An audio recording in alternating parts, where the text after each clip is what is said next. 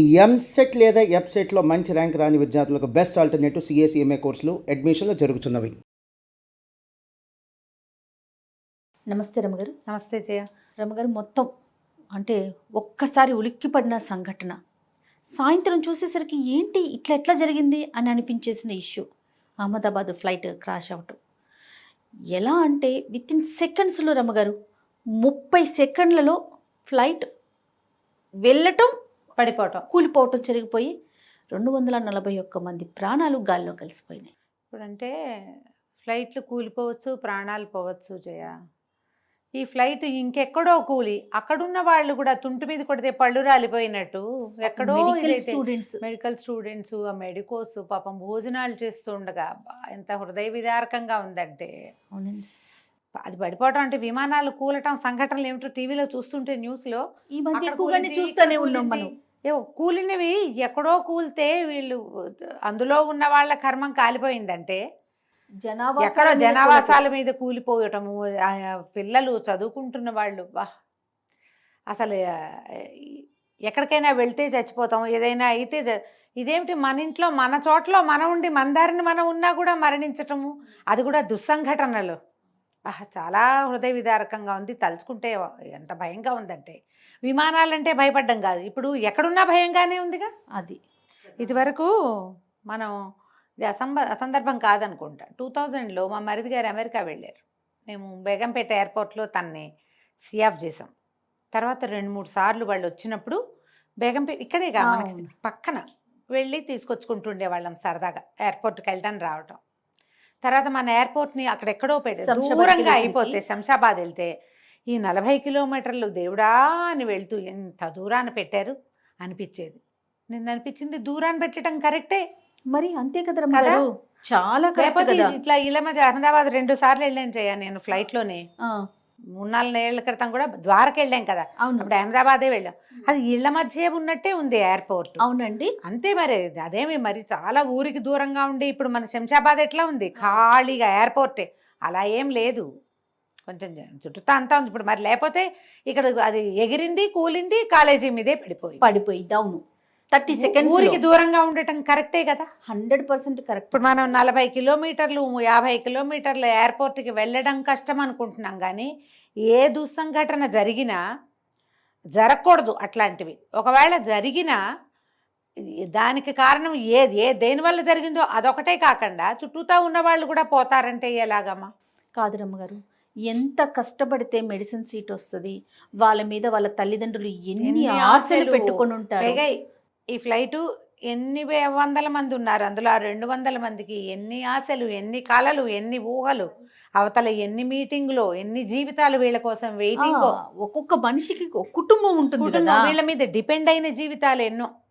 అదొకటైతే ఈ ఫ్లైట్లో ఉన్న వాళ్ళైతే ఈ మెడికోస్ పాపం ఎంత సేవ చేసేవాళ్ళు మనకి కదండి, కదా. దేశానికి ఉపయోగపడాల్సిన పిల్లలు పోవటం అనేది చాలా బాగా. న్యూస్ చూస్తుంటే హృదయ విదారకంగా ఉంది. మనం ఎన్నో చూస్తాం, ఇది మాత్రం అబ్బో అనేది తెలియని విషయంగా తోస్తోంది. ఎక్కడ తప్పిదం జరిగింది, దేని వల్ల జరిగింది, ఎలాంటి చర్యకి పూనుకున్నారు, ఏమన్నా జరిగిందా అంటే రకరకాల ప్రశ్నలు, రకరకాల అనుమానాలు. చాలా రోజులు గడిస్తే గానీ విమానంలోనే సమస్య ఉందా, లేకపోతే ఏదైనా వాళ్ళు సరిగ్గా చేయలేకపోయారా, బ్లాక్ బాక్స్ అంటున్నారు కదా రమ్మగారు, అది రివీల్ అయితే అప్పుడు ఏమైనా తెలియాలి ఫలానా కారణం అని. అంటే ఒకవేళ ఎయిర్క్రాఫ్ట్లోనే ఏదైనా ప్రాబ్లం ఉంటే ప్రతిరోజు చెక్ చేస్తారు కదా జనరల్గా. ఏదైనా ఒక దూరం మనం ఇక్కడి నుంచి అక్కడికి వెళ్ళాలన్నా దాన్ని కూడా చూసుకోవాలి. ఇది లండన్ వెళ్ళాల్సిన ఫ్లైట్, మరి ఇంత దూరం ఇంటర్నేషనల్ ఫ్లైట్ అయినప్పుడు ఇంతమంది ప్రాణాలని పణంగా పెడతారా? అంత పొరపాట్లు జరుగుతాయా ఎక్కడైనా? అదేదో ముందే ప్రాబ్లం అయ్యిందో అప్పటికప్పుడే దాంట్లో ఏదైనా సడన్గా జరిగిపోయిందా అనేది మనం ఈ వ్యవహారం అంతా బయటకు వస్తే కానీ తెలీదు.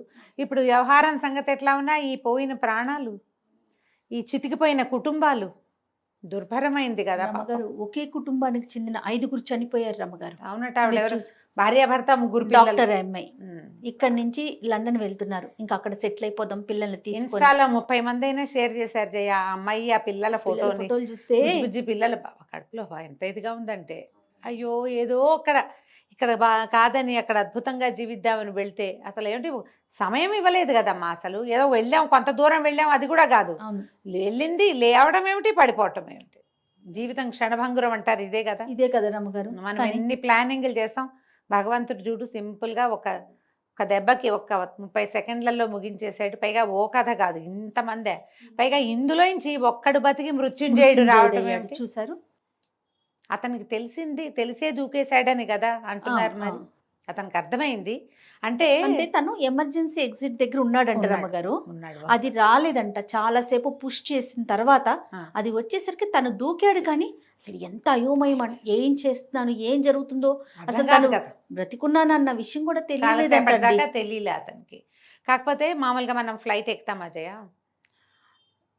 180 మంది అటెంటివ్గా ఉండరు. ఈ ఫ్లైట్ ఎక్కి కూర్చుంటే ఇది ఇంటర్నేషనల్ ఫ్లైట్, వీళ్ళు ఏం చెప్తున్నారు ఇవన్నీ మనకు తెలుసు అనుకుంటాం. మనం అలవాటుగా ఎక్కుతున్న వాళ్ళు ఏంటంటే క్యాజువల్గా బెల్ట్ పెట్టుకోవటం, క్యాజువల్గా సామాన్లు సర్దుకోవడం, ఇంతే తప్ప వాళ్ళు పట్టించుకో అసలు ఏం జరుగుతోంది, ఇది కదులుతోందా, ఎక్కుతోందా, లేస్తోందా, దాని మీద అసలు దృష్టే ఉండదు 80% పీపుల్కి. అవును, కొత్తగా ఎక్కిన వాళ్ళు కొంచెం గుండెలు చేతిలో పట్టుకుని చూస్తుంటారు. అలవాటుగా ఒక 4-5 ఫ్లైట్ జర్నీలు చేసిన అలవాటు ఉన్న వాళ్ళు అయితే ఇక అసలు ఏమీ పట్టించుకోరు. అయితే ఇది అన్ఎక్స్పెక్టెడ్ గా జరిగిన దానికి మనం ఎవరు ఏం చేయలేరు. కానీ మీరు అన్నది కూడా వ్యాలిడ్ పాయింట్ అండి. అటెంటివ్ గా ఉండాలి మనం. ఇప్పుడు ఇలాంటి ఫ్లైట్ జర్నీలు అవి చేసేటప్పుడు కొంతైనా అది టేక్ ఆఫ్ అయి పైకి వెళ్ళి గాల్లోకి వెళ్ళేదాకా అయినా కూడా మనం వాట్ ఈజ్ వాట్ అని చూసుకోవాలేమో అనిపిస్తుంది. ఫోన్ ఆఫ్ చేయమంటారు, దాన్ని ఎవ్వరం పట్టించుకో. జనరల్ గా అంటే వీటి వల్ల ప్రమాదాలు జరగవా అంటే అసలు దానికి దీనికి సంబంధం లేదు. బట్ మీరు అన్నట్లుగా కాస్త జాగ్రత్తగా కొంచెం అటెంటివ్గా ఇది మూవ్ అయింది, ముందుకెళ్తుంది, రన్వే మీద పరిగెడుతోంది, టేక్ ఆఫ్ అయింది, పైకి వెళ్ళింది, పైకి వెళ్ళాక ఇట్లా కదులుతుంది, కొంచెం స్టేబుల్ అయింది, అంత మటుకు కొంచెం శ్రద్ధ వహిస్తే ఇంకొంచెం ఏమైనా కొంతమంది ఏమైనా బయటపడే వాళ్ళేమో. అసలు టైం లేదు, అంత కూడా లేదు, అసలు జస్ట్ మూవ్ అయింది. మీరు గమనించారా వీడియో? అసలు అప్పు వెళ్ళలేదు, అది వెళ్ళలా, కొంత మటుకే కదా, జస్ట్ ఇట్లా వెళ్ళింది. ఒక అమ్మాయి అట, మీరు చూసారేమో, మార్నింగ్ నుంచి న్యూస్ చూస్తూ ఉండుంటారు, ఫ్లైట్ మిస్ అయిందంట ట్రాఫిక్ లో ఉండిపోయి తప్పించుకుంది.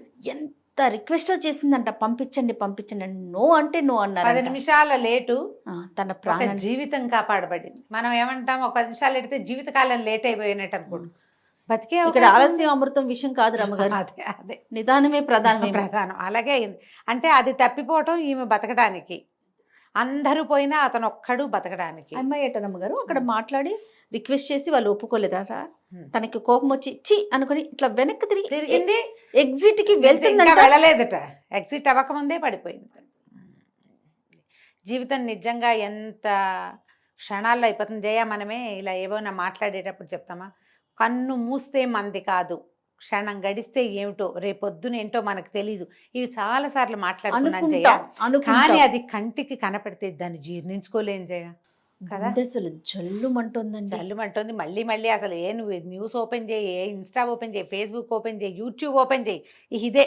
అవునండి, దీన్ని చూసి చూసి చూసి వాళ్ళు వీళ్ళు పాప దుఃఖాలు, ఎన్ని జీవితాలు, ఎన్ని కుటుంబాలు, మహాదుర్భరంగా ఉంది జయ. ఎంతసేపు నాకు అనిపిస్తుంది, ఇప్పుడు భార్యాభర్త 3 పిల్లలు వెళ్ళిపోయారు.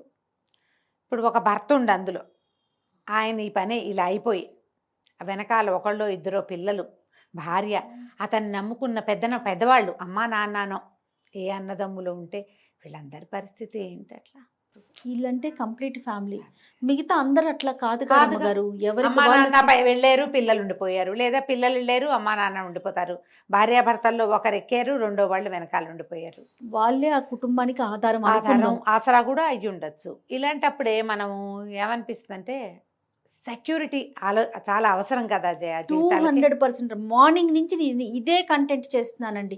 సెక్యూరిటీ ఎంత అవసరం మనకి, హెల్త్ సెక్యూరిటీ, మన జీవితానికి ఒక సెక్యూరిటీ ఎంత అవసరం అనే దాని మీద మాట్లాడుతున్నాం. ఒక కారు, ఒక చిన్న బైక్ కొనుక్కుంటే దానికి ఇన్సూరెన్స్ చేస్తున్నాం రమ్మగారు. మనం దాన్ని నడిపే మనం ఏం చేస్తున్నాము, ఎందుకు అంటే ఆలోచించట్లేదు? ఇప్పుడు ఇంటర్నేషనల్ ఫ్లైట్కి వెళ్ళే వాళ్ళు డెఫినెట్ గా ఇన్సూరెన్స్ తీసుకుంటారు. డెఫినెట్ గా 100%. 100% తీసుకోవాల్సిందే. ఇన్సూరెన్స్ ఉంటుంది, చిన్నదో పెద్దదో. ఈ 15-18 వేలది అయ్యి ఉండొచ్చు, 25-30 వేలది అవి అయ్యి ఉండొచ్చు. మన ఏజ్ని బట్టి, మనం అక్కడ ఉండే టైంని బట్టి ఇన్సూరెన్స్ అయితే గ్యారంటీగా ఉంటుంది. ఇప్పుడు ఇన్సూరెన్స్ అంటే అక్కడ ఏదైనా అనారోగ్యం వస్తే దానికి ఇన్సూరెన్స్. ఎస్. నువ్వు ఈ దారిలో మన ప్రాణం పోతే ఇన్సూరెన్సు వెనకాల మనకి. ఇప్పుడు నీకు ఏదైనా వైద్య సహాయం అవసరమైతే హెల్త్ ఇన్సూరెన్స్, లైఫ్కి ఇన్సూరెన్స్ కావద్దు, మస్ట్ అండ్ షుడ్ రమ్మ. ఫ్యామిలీ సపోర్ట్కి అవసరపడుతుంది కదా. అంటే ఇలాంటప్పుడు ఇవి మాట్లాడకూడదేమో, కానీ ఇలాంటివి ఏమైనా జరిగినప్పుడు ఇతరులు జాగ్రత్త పడవలసిన సమయమేమో ఇది.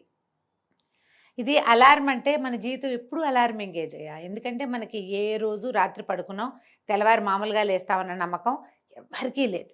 అందులో చిన్న పెద్ద లేదు. మనం స్పోర్ట్స్ పర్సనాలిటీస్, శుభ్రంగా ఉన్నవాళ్ళు, జిమ్ చేస్తూ చనిపోయిన బంగారు కొండల్ని కూడా చూసాం. ఇలాంటి ఘటనలు అది నిజం అని చూపిస్తుంది. అంతే కదా. ఒట్టిగా ఏమీ లేదు, క్యాజువల్. చిన్న ఒక డిగ్రీ 2 డిగ్రీల టెంపరేచర్ తోటి హార్ట్ అటాక్ వచ్చేసిన వాళ్ళు, ఏమీ లేకుండా బాత్రూంలోకి వెళ్ళి బయటికి రాని వాళ్ళు, ఏదో రోడ్డు మీదకి వెళ్తారు 2 నిమిషాల తర్వాత ఇంటికి వచ్చేస్తారంటే ఇక రారు. ఇలాంటివి చూసినప్పుడు మనకి ఒక శ్మశాన వైరాగ్యం కలుగుతుంది ఆ ప్రతి వాళ్ళకి. ఇంతే కదా జీవితం అనిపిస్తుంది. కానీ మనం ఏం చేస్తామంటే ఒక రోజు గడిచేసరికి ఇక అది కేవలం ఒక సీను, ఒక మాట్లాడుకునే ఒక విషయంగానే ఉంటుంది. కానీ దాని నుంచి మనం నేర్చుకునేది, దాని నుంచి మనం జాగ్రత్త పడేది ఎప్పుడు ఉండదు, మర్చిపోతాం మనం. కానీ ఇలాంటివి జరిగినప్పుడు ఒకళ్ళనొకళ్ళు మనం మోటివేట్ చేసుకునైనా మనం ఏదైనా లైఫ్ ఇన్సూరెన్స్ లాంటిది, ఫ్యామిలీ సెక్యూరిటీకి ఏదైనా చేయాలి ప్రతి వాళ్ళు కూడా. ఇది ఆలోచించాల్సిందే. ఎక్కడికో వెళ్తున్నాం, ఒక పెద్ద ప్రయాణం, 1 నెల రోజులైనా ఏదో ట్రిప్పు తిరుగుతాం, ముందు వెనక చూసుకుని వెళ్ళాలి. చూసుకుంటున్నారేమో జనాలు, చూసుకోని వాళ్ళు కూడా కనపడుతున్నారు కదా. ఏం చూసుకోరు. సడన్గా 50 ఏళ్ళు రోజు తిరుగుతూ శుభ్రంగా వంటలు చేస్తూ మామూలుగా ఉంటారు. సడన్గా ఆల్ ఆఫ్ ఏ సడన్ ఒక చిన్న అనారోగ్యం, హాస్పిటలైజ్ అవుతారు, లక్షలు వదిలిపోతాయి. వీళ్ళ దగ్గర ఇన్సూరెన్స్ ఉండదు, లైఫ్ ఇన్సూరెన్స్ ఉండదు, హెల్త్ ఇన్సూరెన్స్ ఉండదు, ఏ పాలసీలు ఉండవు. కొన్నిటికి కొన్ని ఫ్యామిలీస్, కొన్ని కంపెనీలు ఫ్యామిలీలను కూడా సపోర్ట్ చేసేవి ఉన్నాయి, కొన్ని ఉండవు. కొన్ని ఓన్లీ ఆ వ్యక్తి వరకే ఉంటాయి. అప్పుడు ఏం చేయాలి వీళ్ళు? అవును రమ్మగారు. ఇప్పుడు ఒకళ్ళకి ఇట్లా జరిగింది అనుకో, మిగిలిన వాళ్ళు జాగ్రత్త పడాలి. ఇప్పుడు ఇంత పెద్ద ప్రయాణం చేస్తున్నారు వాళ్ళు, ఎవరో పాపం వెళ్తున్నారు, వెళ్ళారు, అయిపోయారు. ఇప్పుడు అక్కడ చనిపోయిన మెడికో పిల్లలు అంటావా, ఇక అసలు పాపం వాళ్ళు ఇప్పుడే జీవితం మొదలుపెట్టిన వాళ్ళు. ఇలాంటిది ఊహించే పరిస్థితి కూడా కాదు వాళ్ళది. చాలా అన్యాయమైన పరిస్థితి. ఏంటంటే ఎవరిదంటే వాళ్ళది, వాళ్ళ దారిన వాళ్ళు ఉన్నారు. వాళ్ళు ఎక్కడికి వెళ్ళటల్లా ఏం ప్రయత్నం లేదు, వాళ్ళ దారిన వాళ్ళు అన్నాలు తింటూనే పోయారు పాప వృధాగా పసిబిడ్డలు. ఎంత దేశానికి ఉపయోగపడే పిల్లలు కదా. ఉసూరుని అనిపిస్తోంది వాళ్ళు తలుచుకుంటేనే. డాక్టర్లు లేరు మనకి ఓ పక్కన. ఇప్పుడు ఇంక కొన్నాళ్ళు పోతే వాళ్ళు ఉపయోగపడతారు కదా. 100% వాళ్ళ జీవితాలకు వాళ్ళెంత ప్లస్, దేశానికి ఎంత ప్లస్. అది మనం దానికి ఏం చెయ్యలేము. మామూలుగా మనమైనా ఎక్కడికైనా వెళ్ళేటప్పుడు కొంచెం జాగ్రత్త. మన ఫ్యామిలీకి సెక్యూరిటీ అనేది ప్రతి వాళ్ళు ఎప్పుడు ఆలోచించాల్సిందే. రమ్మగారు, బస్ అయినా, ట్రైన్ అయినా, ఫ్లైట్ అయినా, ఎక్కడికి రోడ్డు మీద నడుస్తున్నా ప్రమాదం ఏ క్షణంలో ఎట్నుంచి వస్తుందో ఏం తెలుసు. ఇంట్లో ఉన్నా కూడా వస్తుంది కదా. ఇంట్లో మనకి బస్ జర్నీ చేస్తున్నా మనకి టికెట్ లో ఉంటుంది ఇన్సూరెన్స్. అవును, దానికి మనం పే చేయాలి ఎక్స్ట్రా. ఇది ఎంత మందికి అవేర్నెస్ ఉంది, ఎంత మంది చేయగలుగుతున్నాము? చేయరు. మస్ట్ అండ్ షుడ్ గా చెయ్యాలి. జరగనివ్వండి, ఏమవుతుందిలే అనే మాటని పక్కన పెట్టాలి. అవును కదరమ్మ గారు, ఈ రోజున మనము మీరు అంటున్నట్టుగా ఇంట్లో ఉన్నా జరుగుతాయి, ఇంట్లో ఉన్నా జరుగుతాయి. మనకి ఖచ్చితంగా మన జీవితాలకి ప్రతి వాళ్ళకి ఒక సెక్యూర్డ్ థింగ్ వెనకాల ఒకటి మనకి దానికి కొంచెం ఖర్చు పెట్టాల్సి వస్తాను జయ. సంవత్సరానికి ఒక 20,000, 18,000, 10,000 చేయాల్సి వస్తాం. ఒకవేళ మనకి ఏదైనా ఏమీ రాలేదనుకో, ఈ డబ్బులు వేస్ట్ అనిపిస్తూ ఉంటాయి మనకి కదా, అనిపిస్తుంది. కానీ ఈ చిన్న పెట్టుబడి, ఈ చిన్నది మనకి ఏదైనా ప్రాబ్లం వచ్చినప్పుడు అది మనకి చాలా సహాయం చేస్తుందని మనం నమ్ముతామా? అస్సలు ఏమాత్రం ఊహించాం. కానీ మనం అలాంటివి కొన్ని చూసామనుకో, అప్పుడు మనం అడ్వర్టైజ్మెంట్లు చూసినప్పుడు ఏమనిపిస్తుంది, రేపొద్దున నేను పోయాక అనేది ఆలోచించమంటున్నారు వీళ్ళని, మంటగా ఉంటుంది మనకి. కానీ అది జరగచ్చు కదా. అంతే కదా రమ్మగారు, జరగచ్చు, జరుగుతుంది. దాన్ని ఎట్లా తప్పించుకోలేం కదమ్మా ఏ పక్క నుంచి అయినా. మనం అస్సలు జాగ్రత్త పడటమే మంచిది. ప్రయాణాలు మనం ఎక్కడికైనా జీవితం మీద మహత్వాకాంక్షలతోటి ఎన్ని చోట్లకో వెళ్తాం, ఏవేవేవో చేస్తాం. ఉద్యోగాలు కావచ్చు, వ్యాపారాలు కావచ్చు, ఏదన్నా ప్లెజర్ ట్రిప్ కావచ్చు. ఊరికే వెళ్ళిన వాళ్ళు కూడా ఉండుంటారు కదా ఆ 100% ట్రిప్లో. అండి, 100%. అక్కయ్య వాళ్ళు అహ్మదాబాద్లో ఉండొచ్చారు కదా, చాలా సంవత్సరాలు అక్కడే ఉన్నారు వాళ్ళు. ఆ పాత మాజీ సీఎం గారు ఆయన ఎంత తలుచుకుంటున్నారో. నిన్నటి నుంచి మా అక్కయ్య కూడా ఏం మూడ్లో లేదు. వాళ్ళు అహ్మదాబాద్లోనే ఉన్నారు 25-30 సంవత్సరాల పాటు. వాళ్ళకి తెలిసిన కాలేజీయే అది. ఓహో. మరి ఫ్లైట్లలో తిరిగితే హైదరాబాద్ రావడానికి ఎప్పుడు ఫ్లైట్లోనే వచ్చేవాళ్ళు. మనం కూడా ఇందులోనే ప్రయాణాలు చేసాము, అవన్నీ గుర్తొస్తాయి కదా. అవి తలుచుకుంటూ ఉంటే ఆ సీఎం గారు ఎంత మంచి ఆయనో, ఎంత గొప్పవారో, ఆయన ఉండగా చాలా అభివృద్ధిలోకి వచ్చింది. అవన్నీ తలుచుకుంటున్నారనమాట అక్కయ్య వాళ్ళు. ఇప్పుడు చుట్టుపక్కల ఉన్న వాళ్ళందరికీ కూడా లోపల ఎలాంటి ఒక టెర్రర్ ఏర్పడుతుంది. మరి మరి కొంతకాలం పాటు అందులో నుంచి బయటపడలేరు కదా. ఫ్లైట్ అంటే భయపడేటట్టుగా. ఇప్పుడు ఫ్లైట్ అంటే భయపడతాము, కాలేజీ అంటే దానికి ఏం చేయాలమ్మా, ఏం చేయాలి రమ్మగారు? దానికి ఏం ఆలోచించాలి? అసలు వాళ్ళని తలుచుకుంటేనే చాలా దుఃఖంగా ఉంది జయ. నాకైతే భలే బాధగా ఉంది. అసలు ఎంత ఇదేమిటి, మన ఇంట్లో మనం ఉన్నా కూడానా. నాకైతే ఎయిర్పోర్ట్ దూరంగా ఉండటమే మంచిది అనిపించింది ఈ సంఘటన. దీని తర్వాత నిన్నటి నుంచి అదే మాట్లాడుకుంటున్నాం అనమాట. ఆ బేగంపేట ఇక్కడి నుంచి అక్కడికి మార్చాక ఎన్నిసార్లు చచ్చిపోతున్నాం వెళ్ళలేదు. మన ఇద్దరమే ఎన్నిసార్లు అనుకున్నాం రమ్మగారు, సార్లు కనీసం డొమెస్టిక్ అన్న ఇక్కడ బేగంపేటలో పెడితే బాగుండు, అదే ఇంటర్నేషనల్ అక్కడ పెట్టినా కూడా ఎన్నిసార్లు అనుకున్నాము. పెట్టకపోవటమే ఎంత మంచి, చాలా మంచిదండి అనిపించింది. మరి ఇలాంటివి చూస్తే అదే కదా అనిపించాలి. ఎవరైనా సరే సెక్యూరిటీ ఆలోచించండి. మీరు సంపాదన పరులైతే డబ్బులు ఎక్కడైనా దాచిపెట్టే ఆలోచన చేసేటట్టయితే మొట్టమొదట మీ లైఫ్కి సెక్యూరిటీ సంగతి ఆలోచించి తర్వాత మీరు కొనుక్కోండి, తినండి, తాగండి, తిరగండి, ఏమైనా చేయండి. బట్ సెక్యూరిటీ థింగ్ని మాత్రం మొట్టమొదటి పీట దానికే వేయండి. రైట్. ఏదేమైనా మరణించిన వారి ఆత్మకి శాంతి కలగాలని మనస్ఫూర్తిగా కోరుకుంటూ వారి కుటుంబాలు ధైర్యంగా సానుభూతి తెలియజేయటం అంతకంటే ఏం చేయగలం జయ. అంతే. తలుచుకుని టీవీలలో కనపడుతున్న నాళ్ళు, మనం కనిపిస్తున్న నాళ్ళు మనకి తెలుస్తుంది.